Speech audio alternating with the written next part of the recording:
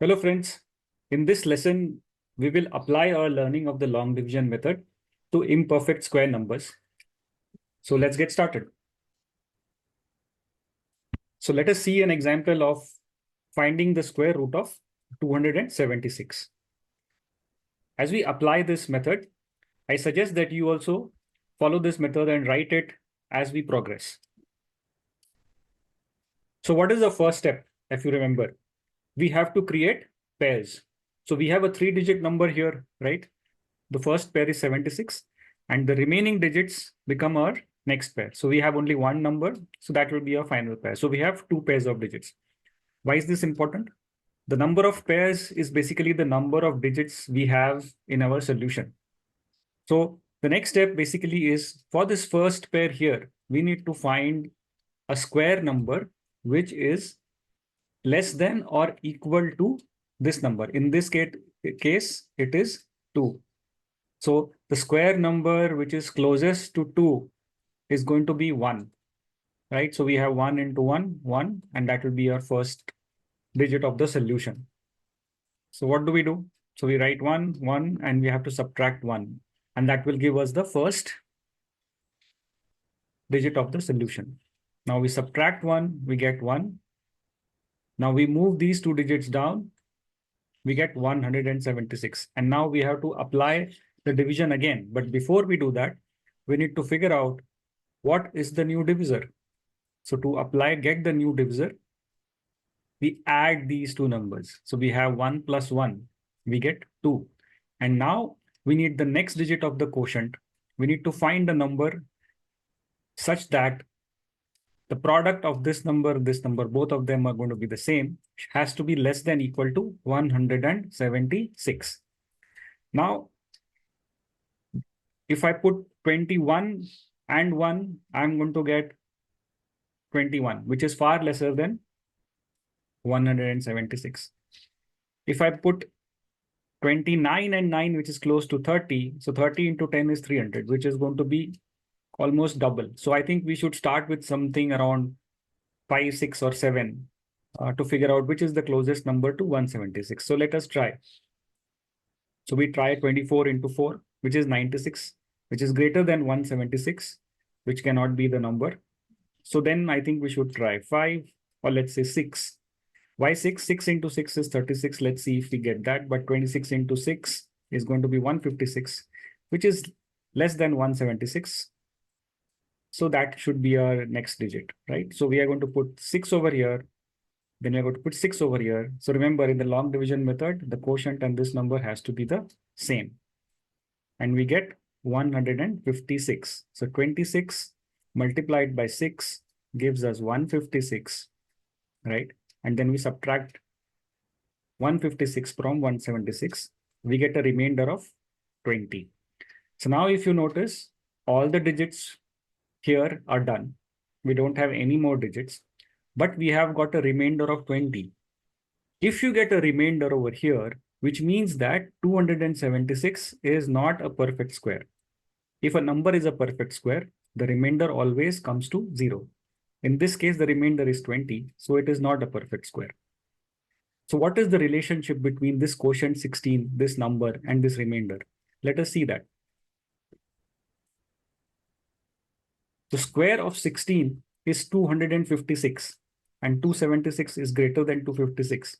So what this means is that the quotient is going to be, the square of this quotient is less than 276, and therefore 256 is the closest square number which is less than 276.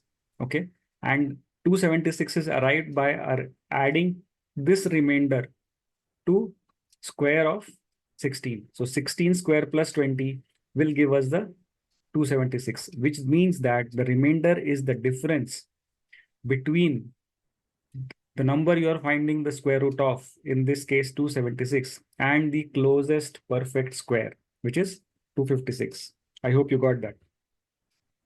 So how can you find the closest and lower perfect square?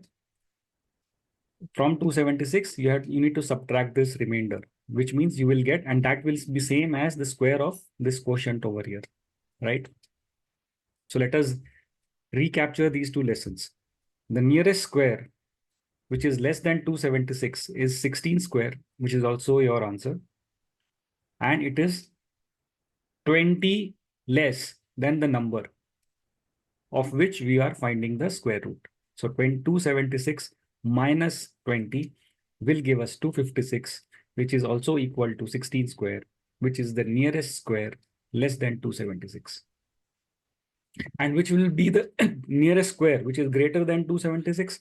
Obviously, 16 is the nearest perfect square. So next number is 17. So 17 square is the nearest perfect square, which is greater than 276. That is 289, right? So there are many word problems in class 8 books which revolve around these concepts. So I'm sure you will be getting that. And if you understand this well, you will be able to solve those problems. So now we are going to continue. Since this is not a perfect square, let us try and arrive at a 2 decimal place answer of the square root. So we will continue to apply the long division method and find out the square root of 276 to 2 decimal places.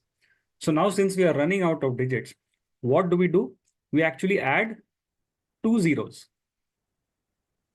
These zeros we are going to add beyond this number and put a decimal point over here.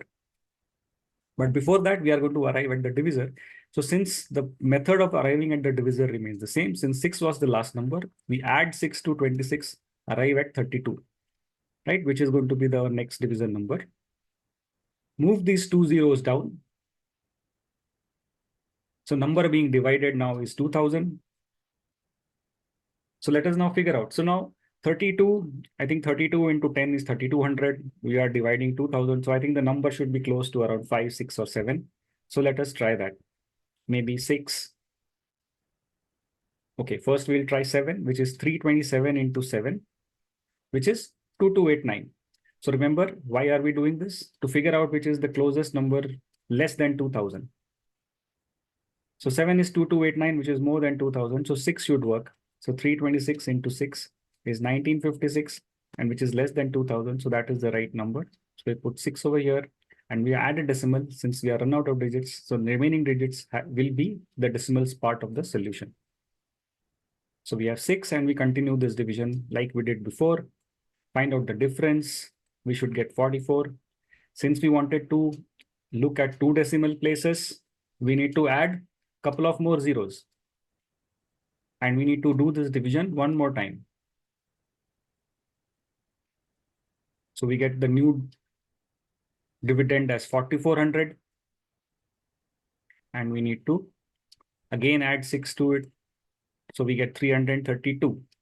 Now 332, if I put 1 over here and 1 here, which gives me 3321, which is very close to 4400. And if I double it, it's going to be in 6000. So I think 1 is going to be the right choice. So 3321 into 1 will give me 3321. And that will be my final solution with a remainder of 1029. So now I have 2 decimal digits covered, and my solution up to 2 decimal places of the square root of 276 is 16.61.